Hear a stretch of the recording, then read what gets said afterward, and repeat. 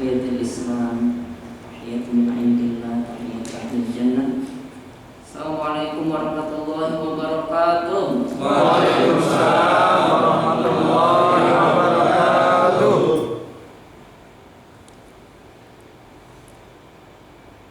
Mau tanya dulu nih Pak, kalau ada majelis ilmu dan majelis konser, penuhan mana Pak? Konser ilmu. Mana kata Pak? Konser. Ini Pak, ini aja ya.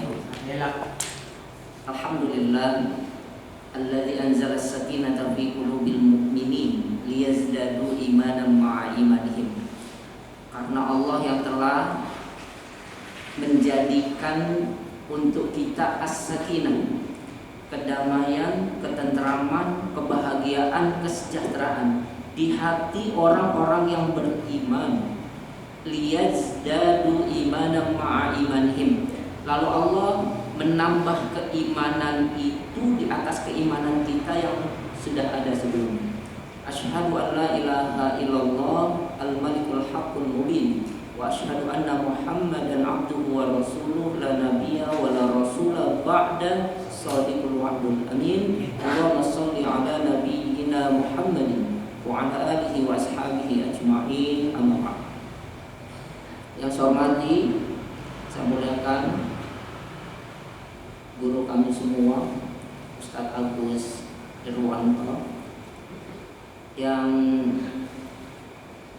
saya hormati Sohibul Wilayah Bapak RT 014 RW 035 Bapak Wahyudi. Mudah-mudahan warganya guyup ya Pak.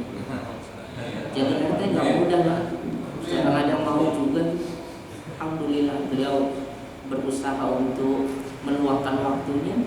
Mudah-mudahan dengan itu menjadi amal soleh. Ini warganya yang amin ya. Alhamdulillah. Senior saya yang sedang bawa kamera, Bapak Ustadz Mas Hari Ali, dan Bapak sekalian, kabarnya sehat ya Pak ya? Alhamdulillah. Kalau nggak sehat dirawat di rumah sakit Pak. Ini saya kira nih rumah sakit mahal ya Pak. Ini kan di depan udah ada keripik nih Pak. Jangan dianggurin ya Pak ya. Jadi santai saja nih Pak. Jangan sampai ngaji itu tegang gitu kan. Yang penting ilmunya masuk, keripik masuk juga ya.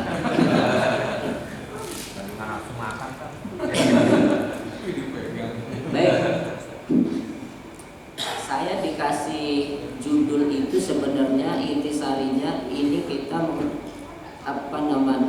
pergantian tahun, menyambut tahun baru Muharram 1447. Dalam surat 9 surat At-Taubah ayat 36, Inna iddatash syuhuri 'indallah 12 syahran fi kitabillah yauma khalaqas samawati wal ard minha arba'atun hurum. Inna sesungguhnya iddatash syuhur, iddah itu artinya hitungan atau bilangan. Kalau ibu-ibu majelis taklim dengan bahasa iddah itu familiar karena ada masa iddah. Ketika ditinggal oleh suami, hidup atau mati, itu ada masa iddah, masa menunggu.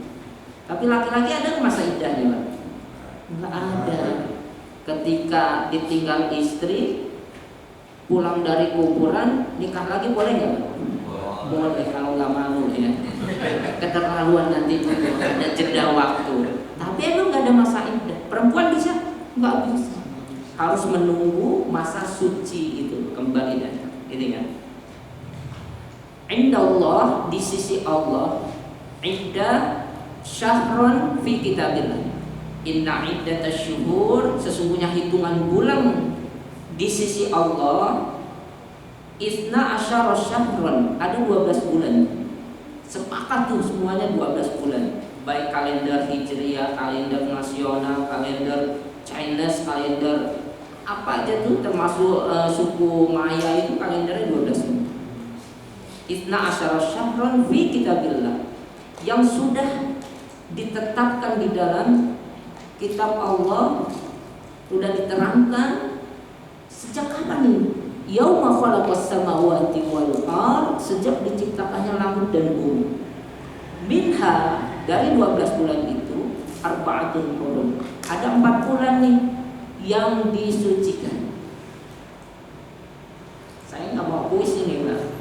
Coba kita interaktif aja ini. Ya, bapak-bapak nggak ngantuk. Tenang Ustaz, kalau ada keripik nggak ngantuk, karena kan pasti punya ini. Yang pertama, Ramadan bulan ke-9 ya, Pak. Oke, nanti kita lihat ada nggak Ramadan, Pak. Kalau nggak ada, keripik agak diginiin sedikit, Pak.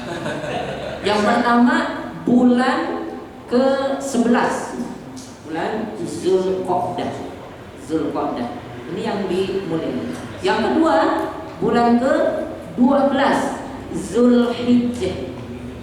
Yang ketiga, bulan pertama, Muharram. Bulan ini nih, Muharram. Yang keempat, karena saya tunjuk bapak ini ada yang untuk Ramadan, karena udah dengar Ramadan. Yang benar adalah Sya'ban ke-7, bulan ke-7, gitu ya, Pak ya. Ramadan itu mempunyai keutamaan tersendiri, Pak. Bukan di sini ya. Oke, nanti kita bahas. Ya. Nah, berkaitan dengan ini, tentunya kita akan alihkan pembicaraan kita tentang bagaimana di bulan Muharram, bulan pertama. Jadi ketika datang lagi bulan Muharram, bapak-bapak kan udah hafal nih, dari Muharram sampai Zulhijjah udah hafal ya, Pak ya? Sudah hafal ya, Pak ya? Bapak-bapak hafal nggak dari Januari sampai Desember? Apa? Sambil tidur-tiduran? Bapak hafal nggak dari Muharram sampai Zulhijjah? Padahal ini bulan kita loh, bulan kita nih umat Islam, gitu ya Pak ya. Ini mudah-mudahan nanti Ustaz susah ngapalnya karena gajian nggak pakai bulan Muharram segala Ustaz, pakainya Januari kan, seperti itu.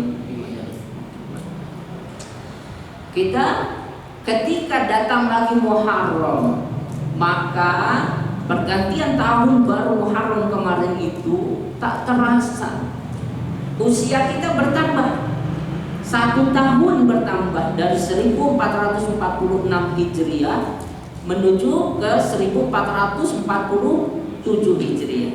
Sepakat lah, sepakat bertambah 1 tahun. Berkurang, hakikatnya berkurang 1 tahun. Itu benar tuh. Kita hitungan matematikanya bertambah. Pada dasarnya modal kehidupan kita telah berkurang 1 tahun. Wah, itu mahal sekali harganya. Nah, sehingga ada hadis Nabi SAW, ni'matani maghbunun fihima katsirun minan nas. 2 kenikmatan yang banyak kita lupakan, banyak kita tinggalkan. Yang pertama adalah as-sihat, nikmat kesehatan. Saya berada di lingkungan rumah sakit, betapa orang-orang yang sedang sakit itu mendambakan yang namanya sehat. Dan hari ini bapak-bapak, saya prediksi sedang sehat. Kenapa? Itu keripik lancar itu kan. Enggak sariawan berarti kan. Wah, nikmat Pak. Coba kalau lagi sariawan Pak, itu keripik Masya Allah sakitnya luar biasa. Itu nikmat yang kecil yang banyak kita remehkan, luar biasa itu. Makanya di rumah sakit itu ketika apalagi yang di ruang ICU, mau nggak ini kenikmatan sehat ditukar dengan kunci mobil Alfa? Nggak mau tuh. Kenapa nggak mau? Karena kunci kunci mobilnya aja, bukan mobilnya. Mahal, kenikmatan yang luar biasa. MC, saya bicara berapa jam di sini, berapa jam di sini? Sampai jam berapa? Pak MC? Apa mau-maunya saya aja ya? Sampai subuh Pak Tega, bener sih. Baik. Di dalam surat 59, surat Al-Hasr ayat yang ke-18. Mohon dikoreksi nanti Ustaz kalau ada yang keliru. Allah berfirman, ya ayyuhalladzina amanu taqullah, wahai sekalian orang-orang yang beriman, bertakwalah kepada Allah. Bertakwalah kepada Allah. Apa itu takwa? Hidup kita itu intinya di sini loh. Di ketakwaan ini. Imtithalul awamiri wajtinabun nawahi. Apa saja yang Allah perintahkan kepada diri kita lalu kita lakukan, apa yang Allah larang kepada diri kita lalu kita tinggalkan, kita jauhi. Ini intisari dari ketakwaan. Ini sebab kita diciptakan Allah ke muka bumi ini. Tujuannya memang satu. Untuk apa? Untuk beribadah, untuk menyembah Allah Subhanahu wa taala. Surat Az-Zariyat ayat 56. Ya. Bapak coba ini tolong distabilo nih. Ketika kita tahu ini, tujuan kehidupan Allah menciptakan diri kita memang untuk ibadah. Apakah ibadah itu sholat saja? Apakah ibadah itu puasa? Apakah ibadah itu haji, zakat? Apa itu saja? Ternyata tidak. Seluruh aktivitas kita, apapun itu yang berkaitan dengan nilai-nilai yang tidak bertentangan dengan nilai-nilai syariat, ketika kita niatkan hanya dan untuk Allah, maka apapun aktivitas kita itu secara otomatis akan menjadi nilai ibadah di hadapan Allah Subhanahu wa taala. Apa?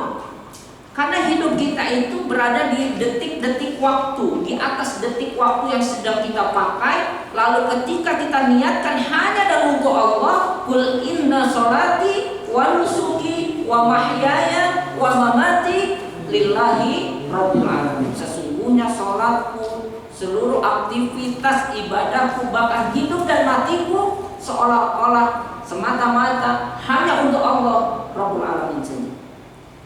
Dikunci ya Pak ya. Yang pertama tadi stabilo Pak. Kehidupan kita ini memang untuk beribadah. Maka akan salah orientasinya ketika seolah-olah hidup kita ini cuma untuk bermain-main, cuma untuk berleha-leha, cuma untuk bersantai-santai, cuma untuk menghabiskan waktu yang Allah sediakan pada diri kita. Ketika itu orientasi kita, maka dari awal kita memang sudah salah tujuan. Karena Allah menciptakan diri kita bukan untuk itu, tetapi untuk ibadah kepada Allah Subhanahu wa taala. Makanya ketika kita sholat di mushola Al-Fatih ini, pertama hadirkan kesadaran kalau kita hanya iseng datang, kalau kita hanya datang untuk sholat sebagai rutinitas saja Pak, maka yakin akan jauh lebih berat untuk melakukan itu berbanding dengan ketika kita punya kesadaran bahwa hidup kita memang untuk sholat jamaah, hidup kita memang untuk qiyamul lail, sholat kita memang untuk melakukan shaum, sholat kita untuk zakat, sholat kita untuk haji dan seterusnya, dan aktivitas apapun yang kita tujukan hanya untuk Allah itu. Ya. Jadi ketika orientasi kita sudah ke situ, makanya grade naikin tuh Pak. Yang pertama ketika kan sholat jamaah itu gak mudah Pak. Datang ke tempat masjid, tempat mushola, nggak mudah Pak. Kalau nggak ada kesadaran kuat, ketika kita hadir, grade yang pertama, kita untuk menggugurkan kewajiban karena yang perintah Allah. Satu. Makin lama Pak,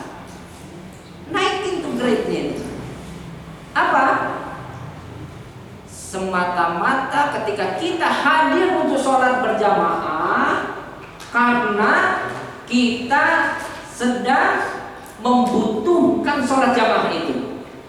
Jadi kalau udah menjadi kebutuhan, sebagaimana kita habis waktu kita, pontang-panting kita, kaki jadi kepala, kepala jadi kaki, untuk apa Pak?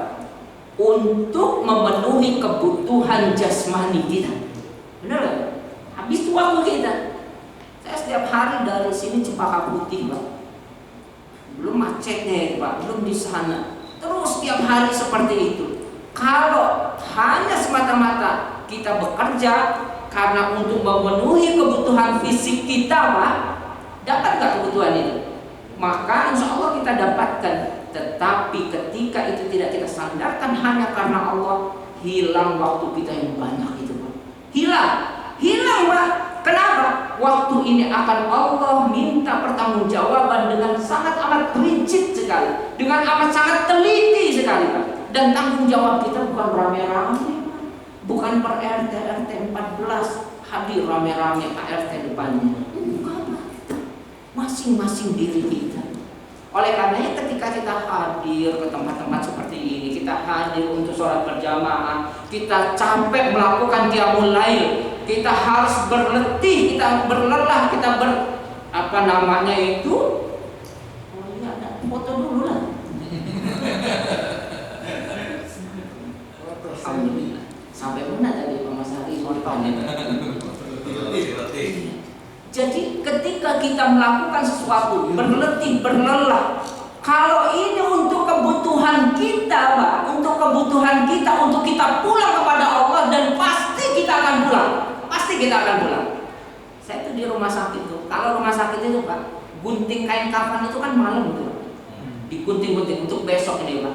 Dan besok siapa yang akan menggunakan kain kafan ini? Nggak pernah tahu. Nggak tahu.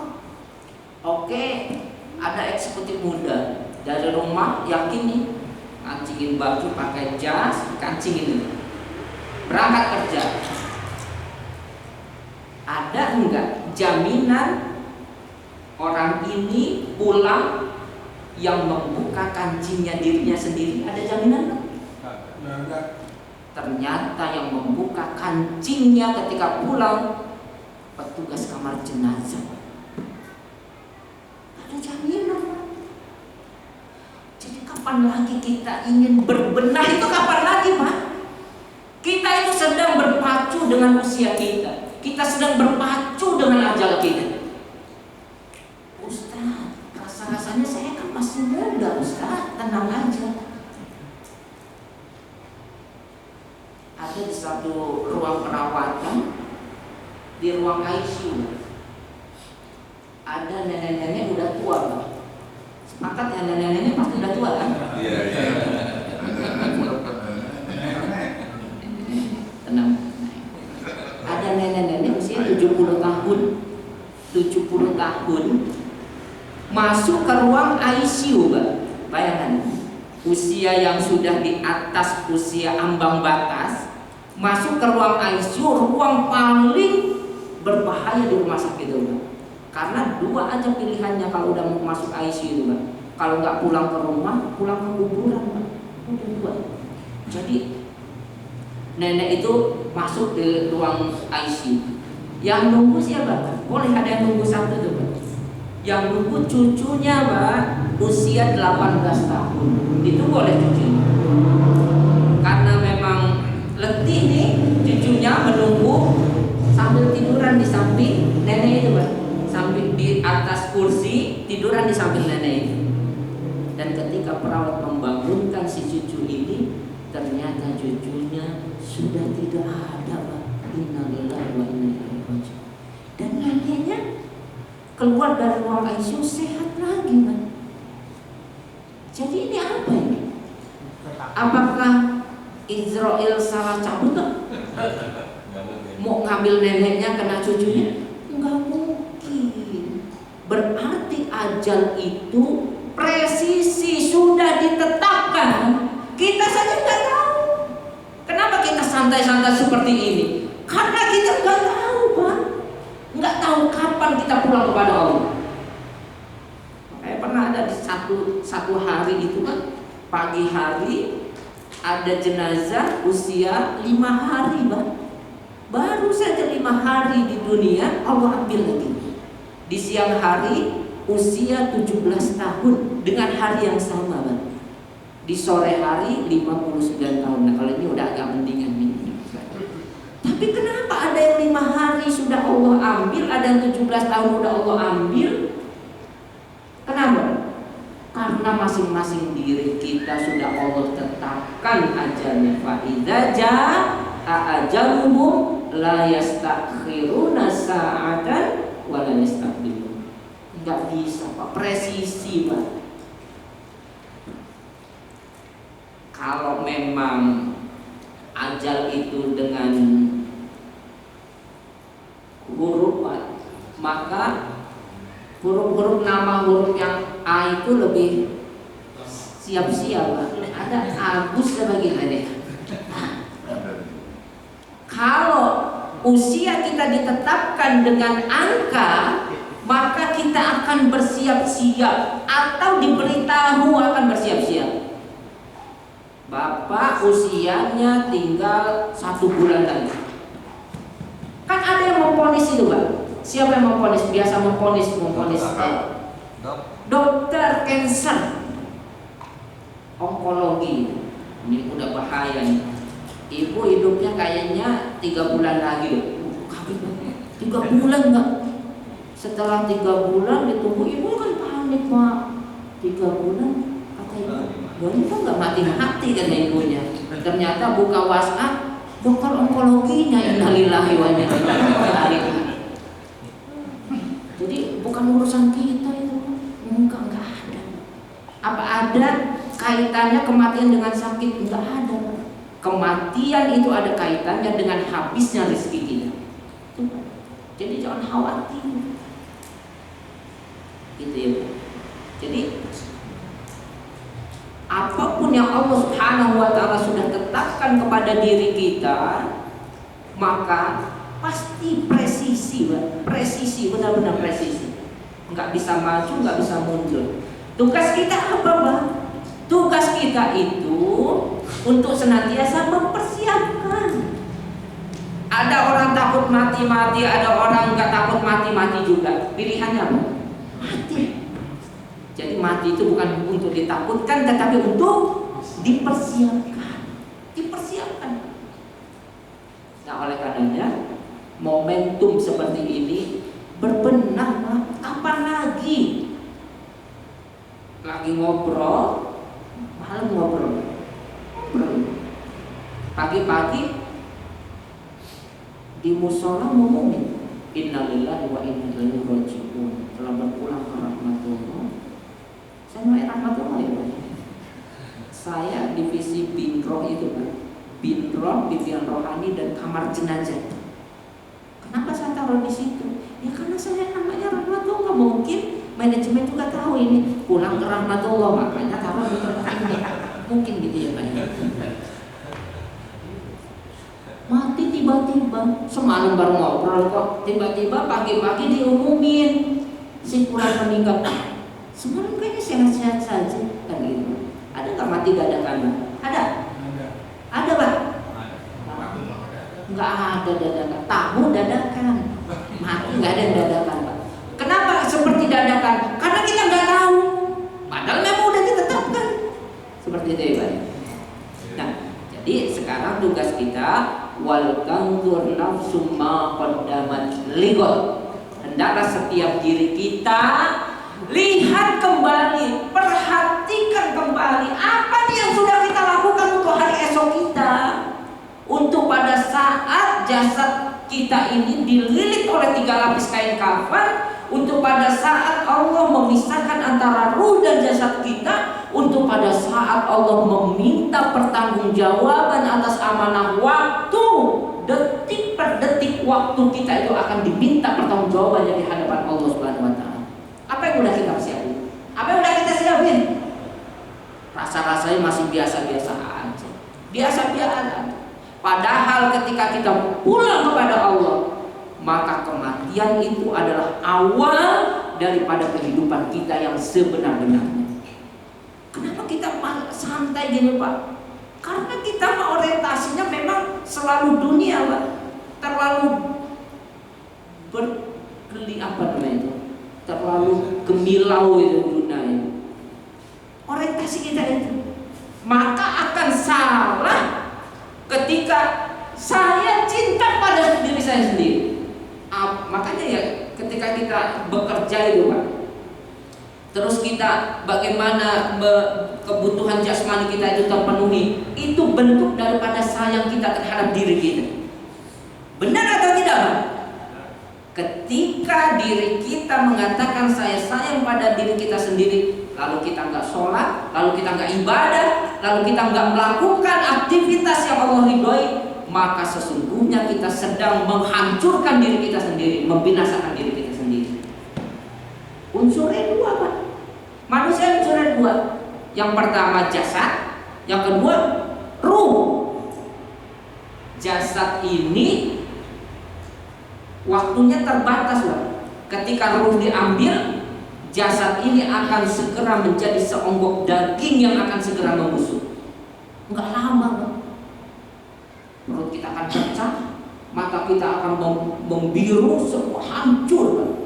Makanya kalau ada yang mengatakan cinta sehidup semati, betul nggak sih Pak? Enggak Pak. Coba cinta sehidup semati. Ketika mati 1 minggu aja Pak, jangan dikubur, taruh di kamarnya, tidur bareng. Enggak ada yang berani. Kenapa? Jasad ditinggal oleh ruh, maka ini akan menjadi seonggok daging yang akan membusuk. Sedangkan ruh kita Pak, ruh kita itu akan abadi di sisi Allah Subhanahu wa taala. Maka manusia termasuk makhluk akhirat yang hari ini sedang hidup sejenak di dunia untuk diuji oleh Allah Subhanahu wa taala. Kenapa? Karena kita itu akan hidup abadi di sisi Allah Subhanahu wa taala. Pertanyaannya kita pulang kemana? Bahagia atau sengsara? Itu saja Pak. Itu pilihan kita. Allah penting nggak ketika kita sholat? Allah punya hajat nggak ketika kita ibadah? Punya nggak? Mungkin kalau bapak-bapak nggak ibadah, lalu kemuliaan Allah turun. Mungkin nggak? Nggak ada. Bergabung jin dan manusia untuk taat kepada Allah, apakah menambah kemuliaan Allah? Enggak, nggak ada efek sama sekali. Bergabung jin dan manusia untuk tidak beribadah kepada Allah, untuk keluar dari aturan Allah, apakah turun kemuliaan Allah? Sama sekali. Wa man syaa'a falyu'min wa man syaa'a falyakfur. Kalau kalian mau beriman, silahkan beriman, karena efeknya itu untuk kita. Kalau kalian mau kafir, silahkan kafir. Jadi Allah silahkan saja. Tapi Allah memberi panduan ini. Kalau melakukan ini hasilnya. Kalau melakukan ini hasilnya. Pilihan kita, Bang. Pilihan kita. Nah, oleh karenanya, lihat kembali wal tanzur nafsun ma qaddamat liwat. Masing-masing diri kita, letihkan diri kita untuk senantiasa mempersiapkan itu. Jangan pernah letih dengan kebaikan. Jangan pernah lelah untuk melakukan kebaikan. Ustaz, pengajian kok orangnya cuma segini-gini aja, Ustaz, gimana ya? Bukan untuk kita, itu bukan untuk hiburan, bukan. Ini kita duduk seperti ini Pak, di majlis Hufatul Malaikah, majlis yang senantiasa dikelilingi, dikerumuni oleh para malaikat. Apa aja nggak ngelihat malaikat banyak begini. Benar. Di satu sisi ada mungkin ya, ada yang sedang duduk di majlis gaple dengan waktu yang sama. Waktunya sama tidak? Sama waktunya, tapi hasilnya gimana? Bapak milih ke majlis ilmu seperti ini. Tenang ya Pak ya, Bapak jangan gusar, tenang ya. Walaupun jumlah kita agaknya 500 orang, tapi jangan gusar. Karena bukan buat siapa-siapa, bukan untuk Ustaz Agus, tetapi untuk diri kita masing-masing. Letihkan, capekkan Pak. Emang tugas kita itu di dunia itu sampai kapan Ustaz? Sampai kita pulang lagi kepada Allah, gitu. Sampai kita pulang lagi kepada Allah Subhanahu wa taala. Itulah yang disebut dengan kemenangan di sisi Allah Subhanahu wa taala. Oleh karenanya wattaqullah, sekalian bertakwa kepada Allah, alladzi innallaha kana 'alaikum raqiba, innallaha khabirun bima ta'malun. Karena Allah Subhanahu wa taala itu khabirun. Ada aliyun.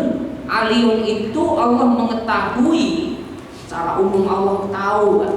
Apapun itu tahu. Kalau bahasa yang sering digunakan, ada anak semut hitam berada di balik batu yang hitam di malam hari yang gelap gulita.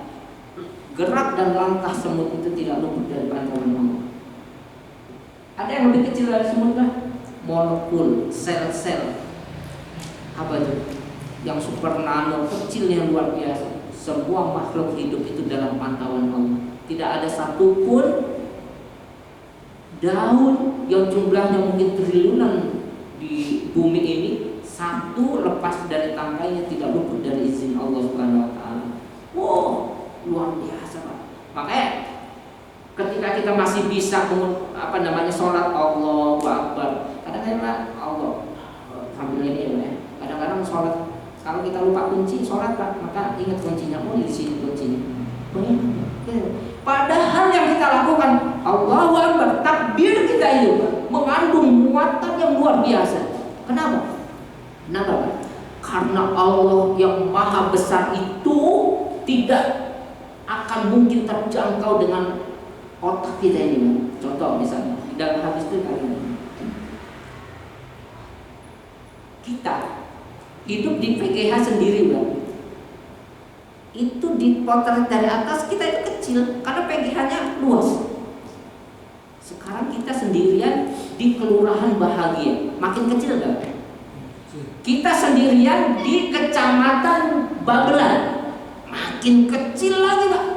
Kita sendirian di Kabupaten Bekasi, aduh, makin kecil. Kita sendirian di Indonesia, udah pada nggak ada, sendirian kita di pojokan mana nggak tahu, kecil banget, Pak.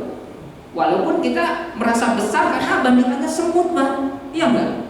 Raksasa nih, bandingannya semut. Tetapi ketika kita lihat dari kekuasaan Allah, kita makin kecil. Dan Indonesia bagian dari bumi. Ketika kita hidup sendirian di bumi, kecil. Bumi kita ternyata besar, Pak.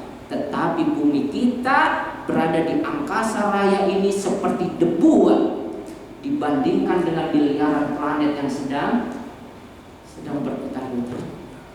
Bahkan di salah satu ini, Pak, ini ilmu eksak ya, Pak, ya, artinya ini ilmuwan yang mengatakan.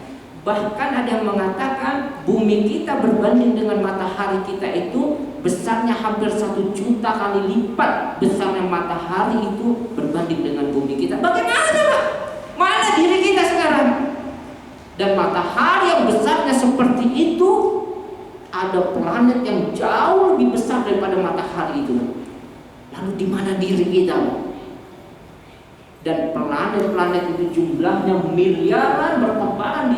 Dan ketika itu semua kita satukan, bumi kita, matahari kita, semua miliaran planet kita satukan, bandingkan dengan besarnya langit pertama, ternyata yang kita satukan itu besarnya hanya seperti sebuah cincin yang kita buang di padang pasir.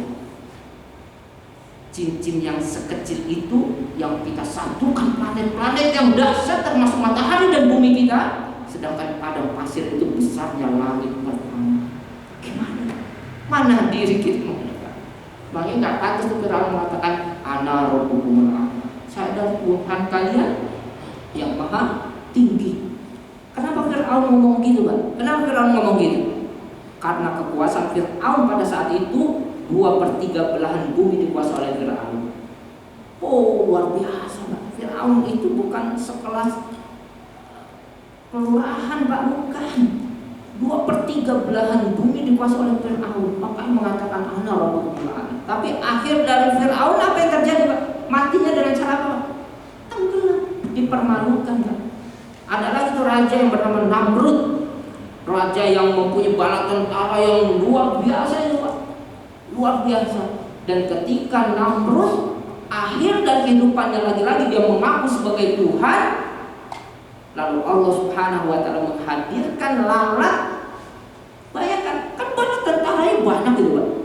Bahkan dijaga dengan ketatnya Raja Namrud ini, tetapi lalat itu luput dari penjaga-penjaga ini. Nempel ke sini Pak, masuk ke hidung, tembus ke otak. 3 hari Namrud mati sengsara itu Pak, mati gara-gara asbab dari datangnya lalat itu Pak. Dipermalukan.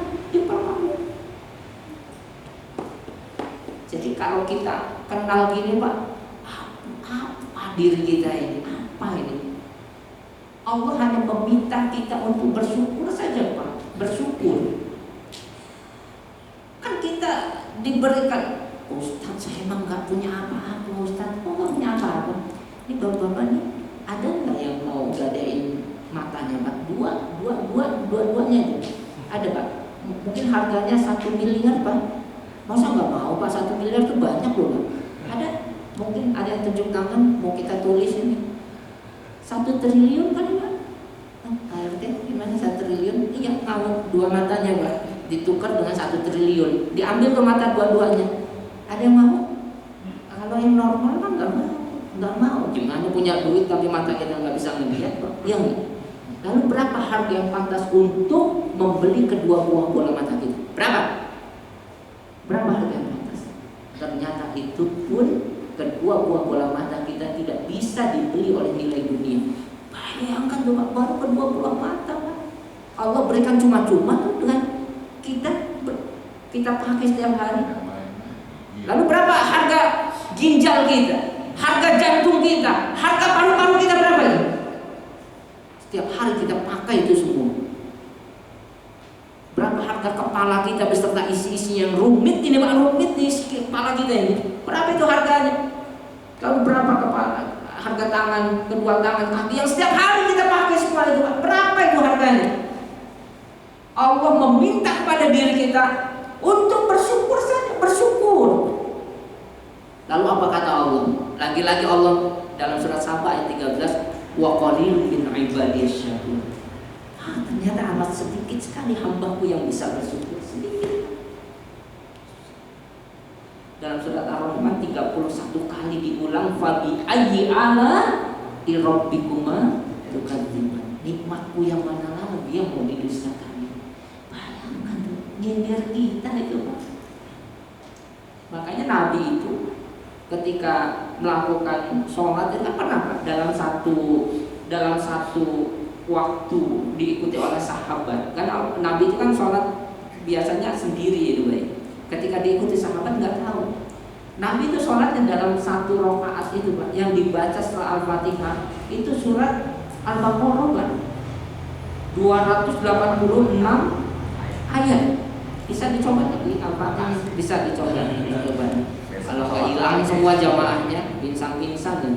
Bayangkan Pak, habis Al-Fatihah dibaca dulu Al-Baqarah 286 ayat dalam 1 rakaat. Lalu para sahabat,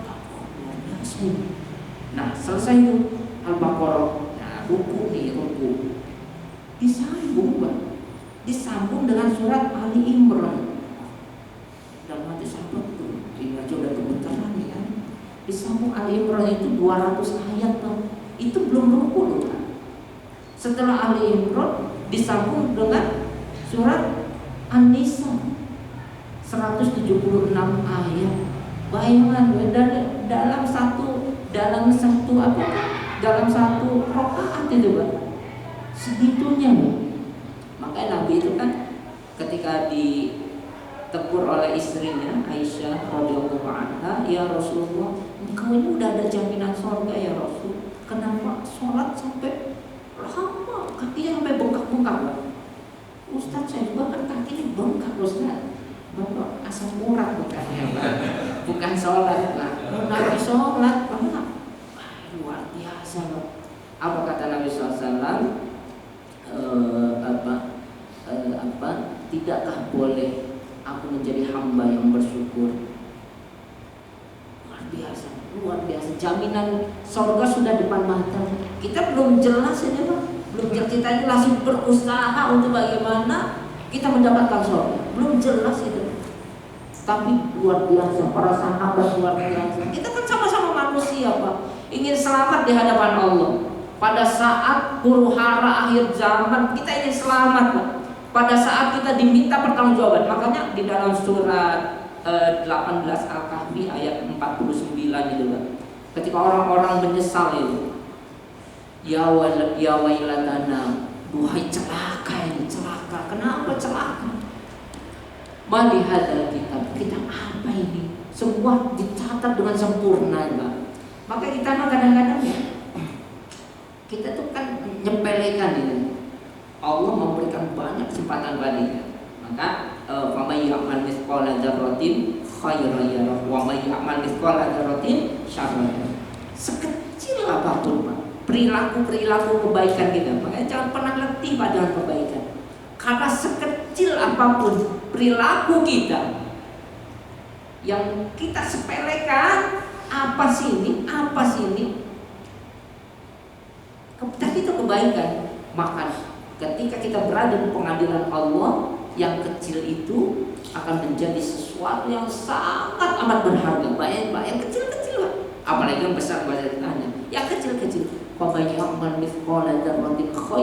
sekecil yang kita lakukan, sebesar biji sawi yang kita lakukan, yang kita sepelekan, itu akan sangat menjadi sesuatu yang sangat berharga pada saat kita berada di pengadilan Allah. Wa may ya'mal mithqala dzarratin syarran yarah. Dan sekecil apapun perilaku dosa dan kemaksiatan kita, lagi-lagi yang kita sepelekan, itu akan sangat menyakitkan pada saat kita berada di pengadilan Allah Subhanahu wa taala. Jadi ayo kakak-kakak lagi, Ustaz capek melakukan kebaikan, capek. Kenapa ketika kita maksiat jauh lebih enjoy, Pak? Kenapa enggak? Saya contoh, kayaknya bisa nih kita ke klub malam, apalagi di apa namanya, dibayarin. Bapak tahu aja sih ngomong gitu, kenapa Bapak tahu sih? Apalagi dibayarin. Kenapa cenderung gitu? Kenapa secepat itu kita menginginkan? Misalnya ini kita ngos ya, Pak ya. Kita tanpa ada proteksi agama, suruh milih tuh, Pak. Nafsu kita apakah akan datang ke majelis ilmu atau majelis karaoke?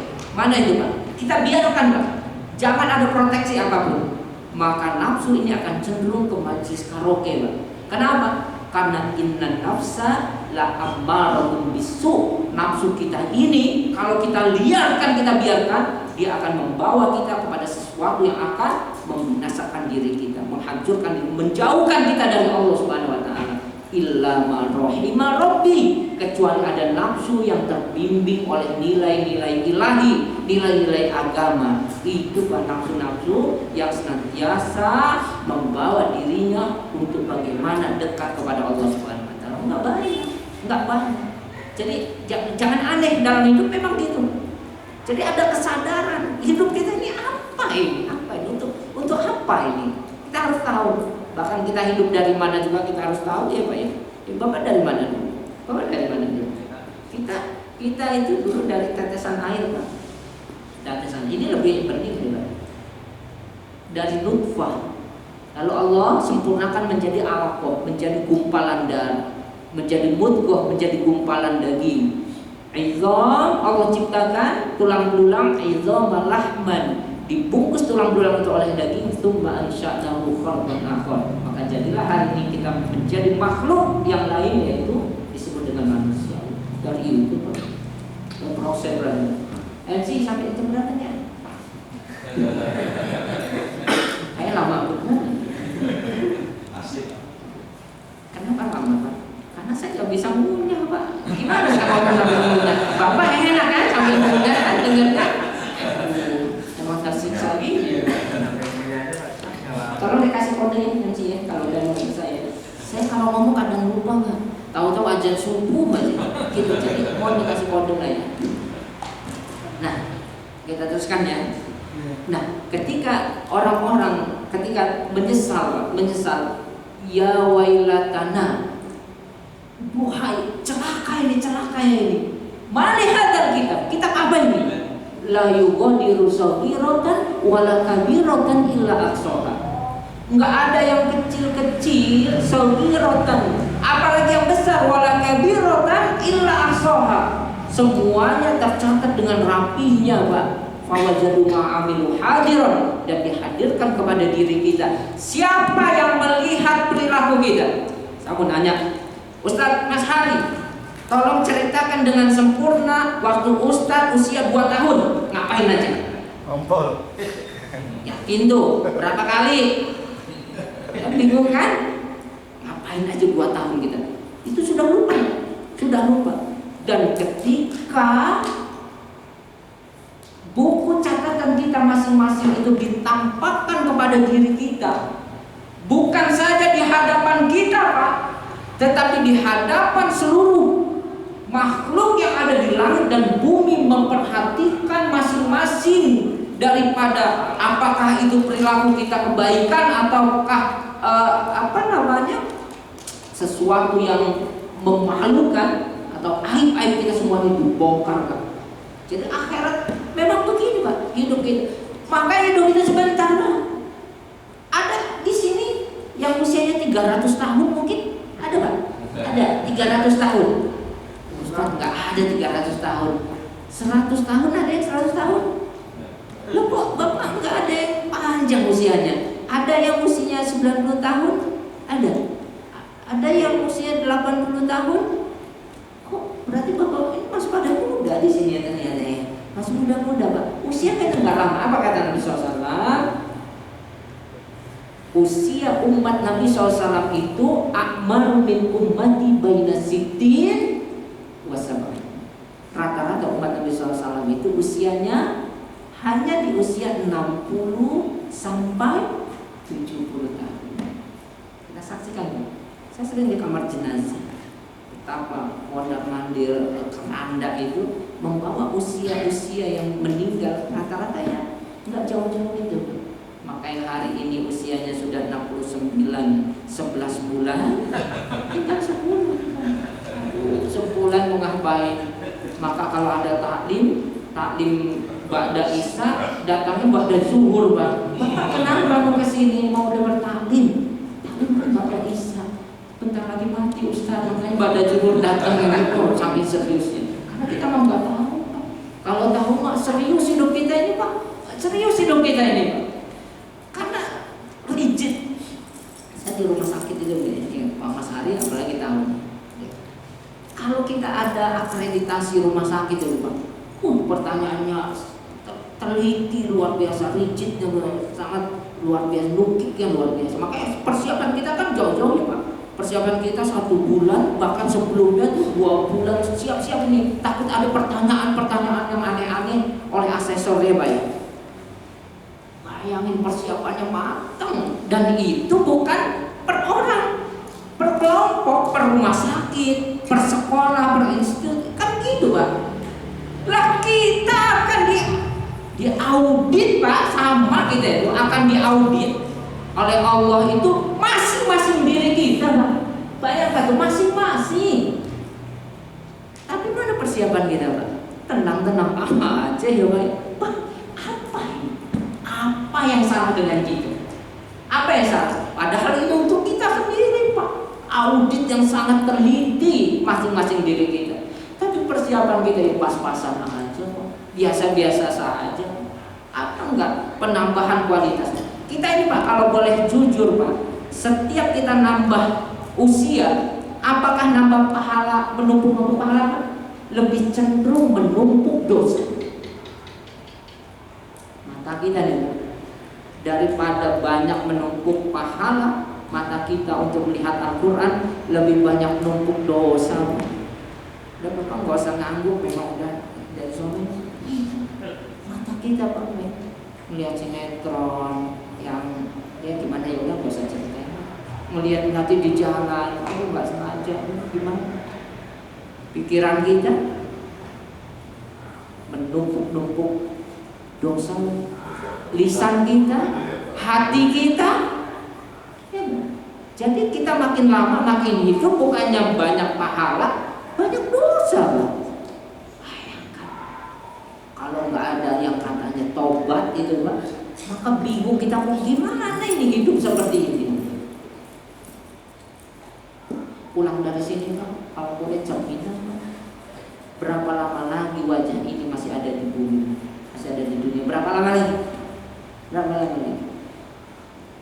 hitung aja ya Pak ya. Kita hitung Pak. Kalau bapak-bapak masih ada dari hari ini 100 tahun ke depan, 100 tahun ke depan itu Pak, menurut ukuran akhirat 1/10 dari satu harinya. Bayangkan 100 tahun Pak, bayangin 100 tahun bagi kita udah lama loh. Itu 100 tahun. Gimana kalau tinggal 10 tahun? Gimana kalau tinggal 5 tahun? Mana persiapan kita untuk menuju perjalanan panjang yang kata di dalam surat 22, surat Al-Hajj ayat 47, wa inna yauman inda rabbika ka'annaka wa inna yauman inda rabbika ka'alfasanatin mimma ta'udun. Satu hari negeri akhirat lamanya harus dibayar dengan kehidupan dunia 1000 tahun. Satu harinya.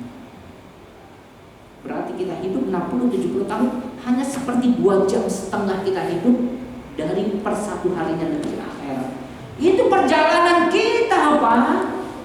Surat Al-Ma'arij lebih dahsyat lagi. Ta'rujul malaikatu waruh ilaihi fi yaumin kana miqdaruhu khamsina alfasana.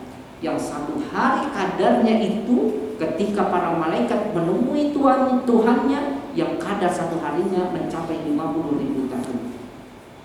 Dan kita berada di padang mahsyar, semua manusia dikumpulkan tanpa terkecuali, yang pada saat itu kita berkumpul, didirikan rapat-rapat tanpa alas kaki dan tanpa busana. Pada masa tempat yang sangat mencekam, yang sangat mengerikan, pada saat Allah Subhanahu wa taala menurunkan matahari hanya 1 mil jaraknya dari kepala kita. Harap-harap. Jadi di depan itu ada fase-fase yang sangat menegangkan gitu ya. Menegangkan. Maka ketika huru hara akhir zaman aja, kiamat itu Pak. Ketika ada ibu-ibu yang sedang menyusui anaknya Pak. Ketika terjadi huru hara akhir zaman, ketika terjadi hari kiamat, maka anak kesayangannya ini akan dilempar. Mana rasa sayang di situ? Dilempar, ibu ini bersembunyi untuk menyelamatkan diri. Makanya kalau di dalam surat yang wa ummihi wa abi wa sahibatihi wa bani likulli imri'in minhum yawma idzin sa'lun. Pada hari itu semua manusia